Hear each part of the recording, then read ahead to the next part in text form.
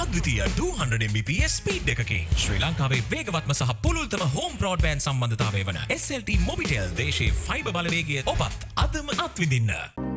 හරිම සුදුයි.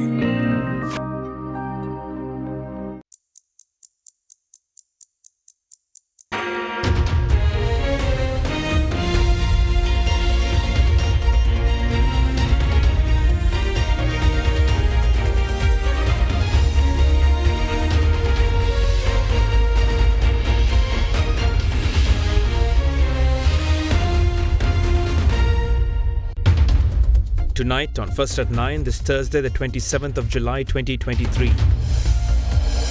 Paramount Provincials. President Ranil Wickremesinghe urged the need to reform provincial council systems and restructure outdated practices. Drugs solid. Health Minister confirms no change in procurement process. Expert committee reports to be received next week. Are we bringing into the country substandard? And I should get it by maybe latest by next week. For India, Indian government to facilitate Indian public and private sector companies to invest in projects and set up enterprises in Sri Lanka. Ship shape. Minister Nimal Siripala de Silva says that Sri Lanka will be transformed as a hub for shipbuilding in Asia by expanding the shipbuilding industry of the country. So we should be able to attract more and more shipbuilding, not only in Colombo, but we want to expand this to the Trincomalee harbour also. Alliance Finance මෙතුරු රන්නයි සේවාවෙන් රන් පවුම්කට රුපියල් 1,70,000ක ඉහළ අත්තිකාරම. ඔබේ විශ්වාසය දිනු සෙන්සුරයින් දැන් ළඟමැති ෆාමසියෙන් ලබාගත හැක. This is AdaDerana First at 9. Live from Studio 24 in Colombo. Good evening and a warm welcome to AdaDerana's English News First at 9. I'm Jonathan Benedict. Let's take a look at our top story for the evening. The all-party conference convened by President Ranil Wickremesinghe to discuss the National Reconciliation Programme concluded yesterday. During the meeting, the President stressed on the government mechanism with special mention on the provincial council system. Given that 7 of the 9 provinces have a majority of Sinhalese residents living within, he urged for reform as well as the need to restructure outdated practices. අපි වැඩියෙන්ම පළාත් සභා ක්‍රියාත්මක කරලා තියෙන්නේ දකුණේ. අපේ අත්දැකීම් තියෙනවා එතන අඩුපාඩු ගණනාවක්. ඉතින් අපි ඉදිරියට ගෙනියනවා නම් පළාත් සභා ක්‍රමය ඒ අඩුපාඩුකම් හදන්න ඕනේ. සමහර අඩුපාඩුකම් එන්නේ පළාත් සභා පනතෙන් 1987. ඒකේ කිසිම ක්‍රමවේදයක් නැහැ. මුදල් පාලනය ගැන නැහැ, පරිපාලනයේ රෙගුලාසි ගැන AR මොකුත් නැහැ. මේක දිහා බැලුවොත් ඇත්ත වශයෙන්ම ඇමතිවරුන්ට පළාත් ඇමතිවරුන්ට බලයක් නැහැ. මොකද ලේකම් කෙනෙක් පත් කරන්න අවස්ථාව නැහැ. විෂයන් බාර දෙන්න පුළුවන් කියලා දාලා නැහැ. ඉතින් ඒ ප්‍රශ්නත් ගණනාවක් තුනේ මේ හැම එකක් දිහාම අපි සාකච්ඡා කරලා අපි මම යෝජනා කළා කැබිනට් මණ්ඩලයට පොලිස් බලතල හැර අනික් මේ හැම බලතලයක්ම ලබා දෙන ගැන මෙතන සාකච්ඡා කරලා අදහස් ලැබුවාන් පස්සේ අපි උවමනා නීතිත් ව්‍යවස්ථා සංශෝධනයත් ඉදිරිපත් කරන්නම් පාර්ලිමේන්තුවෙන්. ඉතින් මම කැමති හැම එක්කෙනාගේම සහයෝගය මේකට ලැබලා දෙනවා නම් අපි පළාත් සභා ගෙනියනවා නම් පළාත් සභා හරියට ක්‍රියාත්මක කරන්න ඕනේ. මෙච්චර මුදල් වියදම් කළා වැඩක් නැහැ. පළාත් සභාවත් ක්‍රියාත්මක වෙන්නේ නැත්නම් එක යෝජනාවක් තියෙනවා පාර්ලිමේන්තු මන්ත්‍රීතුමන්ලටත් පළාත් සභාවට තරණ කරන්න අවස්ථාව දෙන්න. මන්ත්‍රීකම තියාගෙන පළාත් සභා මන්ත්‍රීවරුන්ට උවමනා නම් පාර්ලිමේන්තුවට එන්න කියන්නේ එතනත් මන්ත්‍රීකම තියාගෙන. ඉස්සර අපේ පාර්ලිමේන්තුවේ වී.ඒ. සුගතදාස මහතුමා හිටියා මන්ත්‍රී කොළඹ නගරාධිපති. ඇමති කොළඹ නගරාධිපති. එන්.එම්. පෙරේරා මහතුමා හිටියා කොළඹ නගරාධිපති මන්ත්‍රී. ඉතින් මේ අයිතියයි දෙන්නේ නැත්තේ. ජනතාවට ඕන නම් සමාජයට විපක්ෂ මන්ත්‍රීවරු පළාත් සභාවේ මහ ඇමති වෙන්න පුළුවන්. පාර්ලිමේන්තුවේ ඇවිල්ලා විපක්ෂ වාඩි වෙන්න වෙයි මහ ඇමති හැටියට. එහෙනම් අනික් රටවල් වාගේ අපි බලය බෙදා හැරලා දෙමු මේ පළාත් සභා 9ට. හිතන්න මේ හිටපො මහ ඇමතිවරු සියලු දෙනාම මම එක එකඟයි බලය ලැබුණා නම් වැඩ කටයුතු කරන්න පුළුවන් කියලා. මේ පිළිබඳ අදහස් දෙන්න. මේ සඳහා විශේෂයෙන්ම තවදුරට සාකච්ඡා කරන්න ඇමතිවරු 3 දෙනෙක් පත් කරලා තියෙනවා. සුසිල් ප්‍රේමජයන්ත ඇමතිතුමයි, ප්‍රසන්න රණතුංග ඇමතිතුමයි, විජේදාස රාජපක්ෂ ඇමතිතුමා ගැන සාකච්ඡා කරන අගමැතිතුමත් ඒකට සම්බන්ධ වෙනවා. ඒ අය එක්ක සාකච්ඡා කරලා අදහස් ටික දෙන්න. මම බැලුවේ සති 2-3කින් විතර ලැබෙනවා නම් ඊට පස්සේ අපිට පුළුවන් උවමනා නීති කෙටුම්පත් සකස් කරලා පාර්ලිමේන්තුවට දෙන්න. අඩු ගානේ මේ අවුරුද්දේ නැත්තම් එන අවුරුද්දේ ඒ ගැන වාද විවාද කළා ඒ ගැන තීරණ අරගන්න පාර්ලිමේන්තුවේ. ඊට අමතරව මේ කොමිටියට රාජ්‍ය ආරක්ෂා ඇමතිතුමත් යොදවනවා. පොලිසිය ගැන මොකද්ද කරන්න ඕනේ කියලා සාකච්ඡා කරලා දෙන්න. ඒකට ඒක වෙනම සංශෝධනයක් හැටියට ඉදිරිපත් කරන්න පුළුවන් නීතියක් හැටියට රටට. මොකද ඒ සමගම අපි අලුත් නීතියක් ගේනවා පොලිසිය පිළිබඳ. ඒ පොලිසිය පිළිබඳ නීතියට සමාන්තරව තමයි මේවා ක්‍රියාත්මක කරන්න තියෙන්නේ. මේක මට තනියම කරන්න බෑ. මට තියෙන එක ඡන්දය. ඒ නිසා තමයි ඔබ සියලු එක්කම සාකච්ඡා කළා. ඒ සහයෝගය ඉල්ලන්නේ. Party leaders spoke to the media following the meeting with President Ranil Wickremesinghe after the all-party conference yesterday. Here are some of their views. මේ රටේ ජනාධිපතිවරු 7 දෙනෙක් දිගින් දිගටම 13 වෙනි සංශෝධනයේ සම්පූර්ණයෙන් ක්‍රියාත්මක කරේ නැහැ. ඒ කියන්නේ මේ රටට මෙහි මොකක් හරි ප්‍රශ්නයක් ඇති කියන හේතු උඩ තමයි ඒ ජනාධිපතිවරුන් කටයුතු කරේ. ඒක නිසා අපි ජනාධිපතිතුමාගෙන් ඉල්ලා සිටියා ඔබතුමා මේක කරන්න කලින් ඒ සම්බන්ධයෙන් කරුණු හොයලා බලන්න. ජනාධිපතිතුමාගේ කැබිනට් මණ්ඩලයේ සාකච්ඡා කළා තමයි මේ කතා කරේ කියලා. නමුත් ආණ්ඩුවේම පොජන පෙරමුණේ ලේකම් කියනවා මේ ඒගොල්ලන්ට ඒකම කිසිම අවශ්‍යතාවයක් නැහැ කියන මතය. ඉතින් අපි ආණ්ඩුවට කියන්නේ මේ වගේ මේ විනෝද ජවනිකා කරන්න නැතුව ආණ්ඩුව අපිට කියන්න මොකද්ද ආණ්ඩුව කරන්න හදන්නේ. අපි කිව්වේ දැන් පළාත් සභා මැතිවරණය වහම තියන්න. ජනාධිපතිතුමාගේ පිළිතුර නම් අපි පිළිගන්න බැරි එකක්. එතුමා කියනවා දෙකෙන් එකක් තෝරන්න කියලා. එක්කෝ පළාත් සභා මැතිවරණය තියන්න ඕනේ නැත්නම් 13 වෙනි සංශෝධනයේ තියෙන බලතල ගැන කතා කරන්න ඕනේ. දෙකම එක සැරේට කරන්න බෑ කියලා එතුමාගේ අදහස් එළිදරව් කරා. ඒක අපිට ඒක තේරෙන්නේ නැහැ. සාකච්ඡාව සාර්ථක නැහැ. ගෙනාපු යෝජනාවල් දෙපැත්තට ඇදුණා. සාකච්ඡාව කිසිම නිගමනයක් නැතුව නැතුනේ. Meanwhile, during the at Hyde Park discussion, details of the discussion focusing on the 13th Amendment were raised. The 13th Amendment came under discussion. Is there a practicality in implementing this at this stage? There was an initiative now taken again, a re-initiative I would say, that by Honourable President, because this is something that's been going on in Geneva every year or every other year, you go there, so you say something. So his view was to that, whether we could look at it, in a practical manner in which but it seems that it is not so, because I think within the groups themselves, they have not come to a consensus, within in fact, the Tamil groups alone, you find different views being expressed and different ideas being expressed and, different claims are being made, different demands are being made and certain things, they're completely blankly, blindly turned down and kind of thing. So it is another process, I believe, I don't know, because now every single president in this country from the presidency came in, they've been trying to find a permanent solution, but we have been not able to do so. Some people are of the thinking that there's nothing that you can do about it. Nothing else that you should do. And the whole 13th Amendment is given. It has sort of basically pushed through the throats of the rulers then. So therefore, that you are saddled with something that the country doesn't need. Right? That's one thought. Then the other group feels that there must be more devolution, meaningful devolution, not only on the constitution but practically on the ground that it should realize. So this is something very complex and complicated. The Indian Parliamentary Standing Committee on External Affairs urged the Indian government to facilitate Indian public and private sector companies to invest in projects and set up enterprises in Sri Lanka. In a bid to bolster India's neighbourhood first policy, the committee also emphasised that the Indian government should continue to be Sri Lanka's biggest friend in times of crisis and support the country by offering favourable terms for lines of credit, currency swaps and other financial measures of assistance. The Indian Parliamentary Standing Committee on External Affairs presented a report on India's neighbourhood first policy to the Lok Sabha on Tuesday, recommending several measures to bolster India's neighbourhood first policy. Accordingly, the committee urged the Indian government to facilitate Indian public and private sector companies to invest in projects and set up businesses in Sri Lanka, whilst highlighting the investment-led growth is perhaps the most suitable pathway for Sri Lanka to achieve expedited economic recovery. The report also emphasised that the Indian government should continue to be Sri Lanka's biggest friend in times of crisis and support the country by offering favourable terms for lines of credit, currency swaps and other financial measures if required by Sri Lanka, given that the country is still reeling under the effects of the financial crisis. crisis. Concurrently, while noting the constructive engagement of the Indian government with Sri Lanka on debt restructuring and enabling the support program for the country with the IMF, the committee further opted that the Indian government should also strongly advocate the need for supporting Sri Lanka at the IMF to other countries. In addition, the report also suggested that negotiations on the economic and technology cooperation agreement with Sri Lanka should be resumed and concluded early,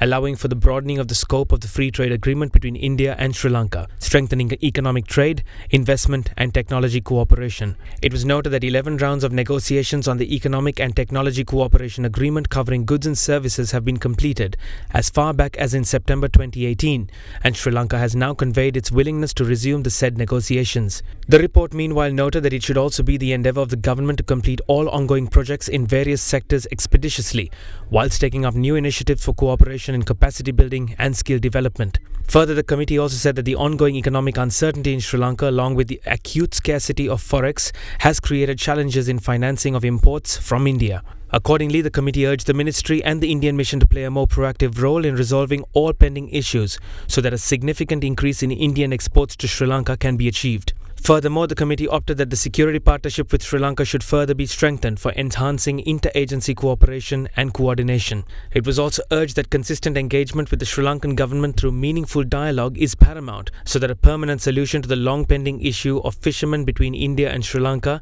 and their livelihoods is worked out in a humanitarian vein. French President Emmanuel Macron will undertake a visit to Sri Lanka tomorrow following a visit to the South Pacific region. This historic visit is the first ever by a president to the country. According to the Ministry of Foreign Affairs, the official discussion between the French President and President Ranil Wickremesinghe will centre on strengthening bilateral relations as the 75th anniversary of diplomatic relations between France and Sri Lanka is being commemorated. The discussion will also focus on an exchange of views on global, economic and political affairs. The French leader, who was on an official visit to New Caledonia from Monday to Wednesday, is travelling to Vanuatu and Papua New Guinea before arriving in Sri Lanka tomorrow evening. Macron will be accompanied by French Minister for Europe and Foreign Affairs Catherine Colonna and a high-level delegation comprising senior officials of the French government. Minister of Health Keheliya Rambukwalla said that the report of the expert committee that was appointed to look into the suspicious deaths occurred in state-run hospitals is expected by next week. The minister echoed these thoughts as he sat down with Indivari Amuwatta at Hyde Park earlier today. The minister further stated that the procurement process for emergency purchases does not deviate from the original registration process and only the time frame in completing the purchase differs. During the meeting, the minister also mentioned that the prices of drugs is due to be revised according to the exchange rate and foreign exchange situation of the country. Are we bringing into the country substandard pharmaceutical products? Suppose there's nothing called substandard.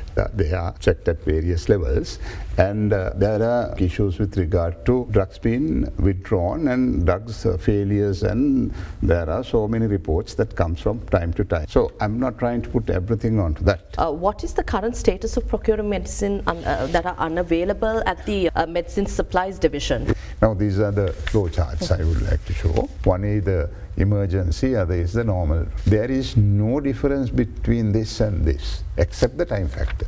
Say for instance, here you have to advertise and keep it for 42 days. Here you keep it for 2 weeks. A technical evaluation committee, there are from the colleges, they come and they sit in the technical evaluation committee, they do the evaluation and they say, they are the people in fact basically who says okay to certain drugs that are short supply. Then it goes to this cabinet appointed tender committee, and that is how you select it. So the entire procedure is, here it takes 6 to 9 months. Here we do it within 3 months. So what we do is cut down on the time frame. Entire procedure, the step by step you take it, there is no sort of deviating from the system at any stage of the process. From 2015, if I may say, there have been withdrawals of drugs. 2020, 77, 2022, 86, 2023, 43, up to now.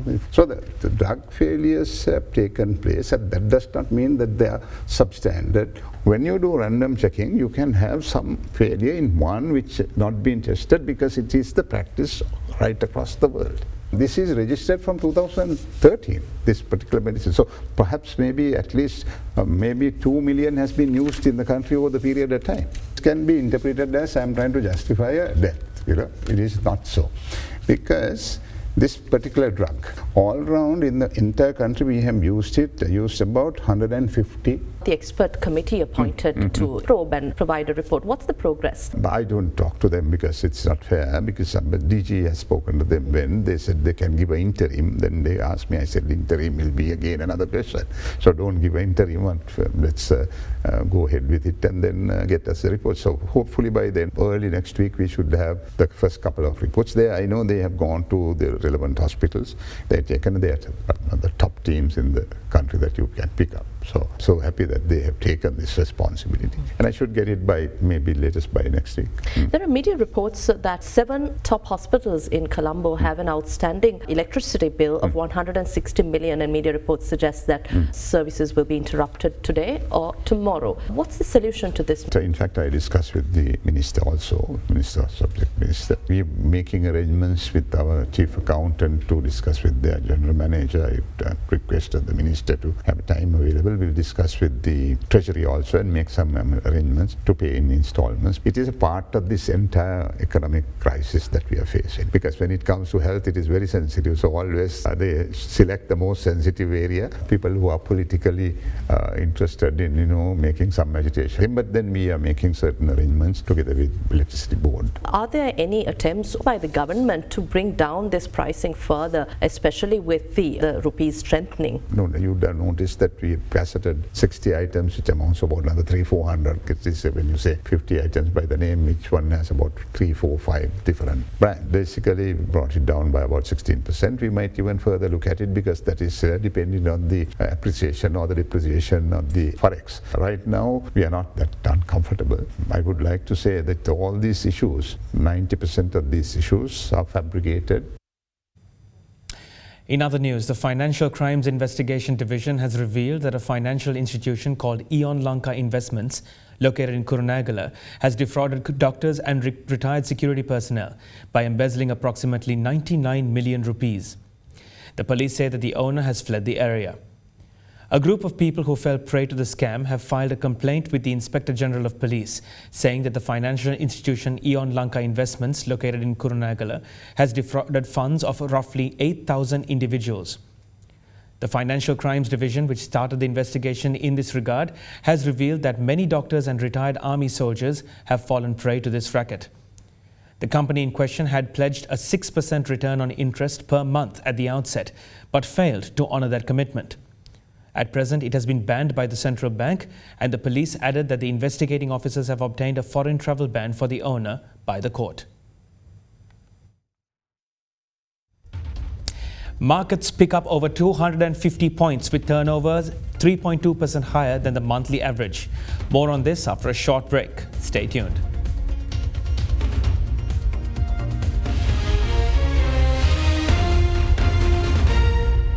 ගොඩමඩ පෙරලි කරන බලපුළුවන්කාරයා මහින්ද්‍රා යුවෝ ටීමෝ වෙතින්. වැඩම ගොඩයි ගොඩම තමයි. ස්වරාජ් tractor ටීමෝ වෙතින්. අපේ ගෙදරත් ආපිකෝ mattress තමයි. මාදිලි රසකින් යුත් මෙට්ටලුවේ ප්‍රමුඛයා. ආපිකෝ mattress සැපනින්දට සැප මෙට්ට.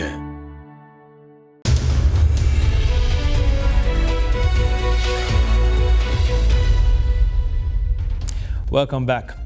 Minister of Shipping and Aviation Nimal Siripala de Silva says that Sri Lanka will reinvent itself and be transformed as a hub for shipbuilding in Asia by expanding the shipbuilding industry of the country.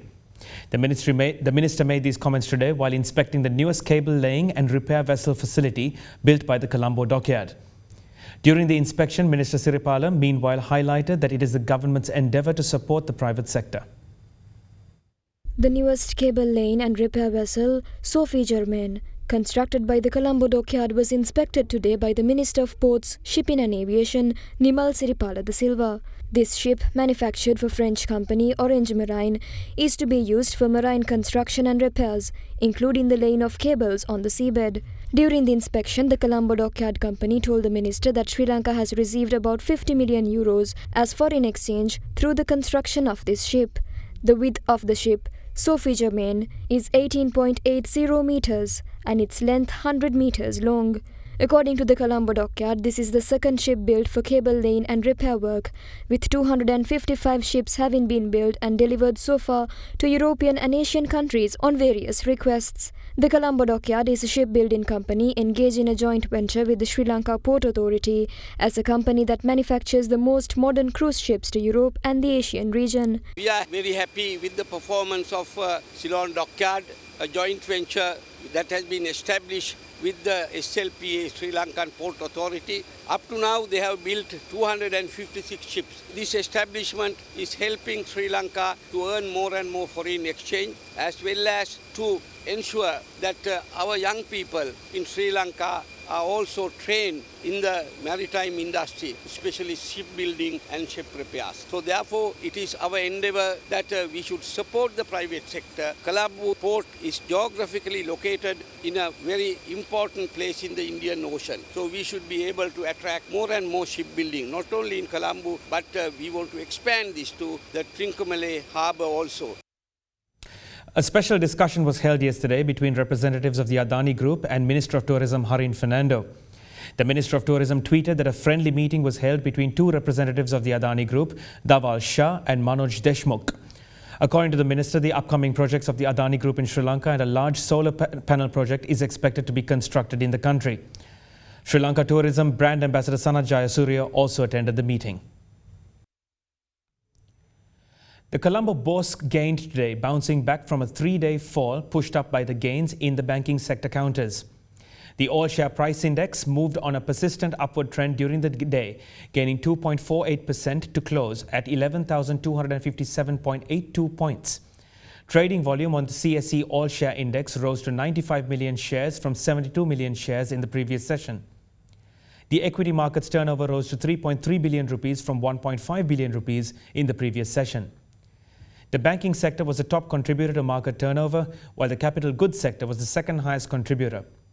Foreign investors were net buyers, purchasing stocks worth 695.5 million rupees, while domestic investors were net sellers, offloading shares worth 695.5 billion rupees. The fourth operation of the Derana Skill Force program was held yesterday at the Galle Technical College with the aim of providing proper career guidance to the Sri Lankan youth and creating employment opportunities. The program was implemented by the Derana Media Network in collaboration with the Ministry of Education. The Derana Skill Force program was organized with the aim of providing the necessary guidance to the Sri Lankan youth to properly prepare their future careers by equipping them with the understanding and identification of their abilities and skills. The program was jointly organized by the Derana Media Network and the Ministry of Education's Vocational Training and Skill Development Division. The fourth operation of the program was held yesterday at the Galle Technical College with the participation of the Minister of Education Susil Premajayantha. In the program, which was attended by a large number of young people, skill matching and the job opportunities locally and abroad were clarified, along with individual motivation programs and tests to identify skills. පෞද්ගලික අවස්ථා හඳුරගෙන මේ පෞද්ගලික අංශයත් රාජ්‍ය අංශයත් දෙක එකතු කරලා එකට වැඩ කරන්න පුළුවන් නම් ගොඩාක් සාර්ථක ප්‍රතිඵල ලබන්න පුළුවන්. මම හිතන්නේ මේ වැඩසටහනත් එවැනි එක් වැඩසටහනක් මේකෙන් අපි අදහස් කරන්නේ මෙවැනි වෘත්තීය පුහුණු අවස්ථාවන් ළමයින්ට තියෙනවා. ළමයින්ගේ ජීවිතේ විශේෂයෙන්ම විශ්වවිද්‍යාල ගියේ නැහැ. සාමාන්‍ය පෙළින් අවසුණන් වුණා කියලා නවතින්නේ නැහැ. එතනින් එහාට ගිහිල්ලා මේ වෘත්තීය අධ්‍යාපනයක් ලබාගෙන සමාජයේ ඉතාමත් ඉහළට යන්න පුළුවන් කියන පණිවිඩය ගෙනියන්න. 1200ක් දැන් මේ වෙනකොට වෙල්ඩින් පාඨමාලාවල් හදාරනවා කාර්මික විද්‍යාල තුල පමණක්. ඉතාම සන්තෝෂයි. ඒ කියන්නේ අපේ දැනුවත් වීම හොඳට සමාජගත වෙලා තියෙනවා. වෙල්ඩින් වගේ පාඨමාලාවලට විශාල ඉල්ලුමක් කොරියානු රජයෙන් තියෙනවා. මම හිතන්නේ ඒවැ ලක්ෂ 8 ඉඳලා පඩි පටන් ගන්න. අපි මේ පාඨමාලාවලට දැන් යොමු වෙලා තියෙනවා.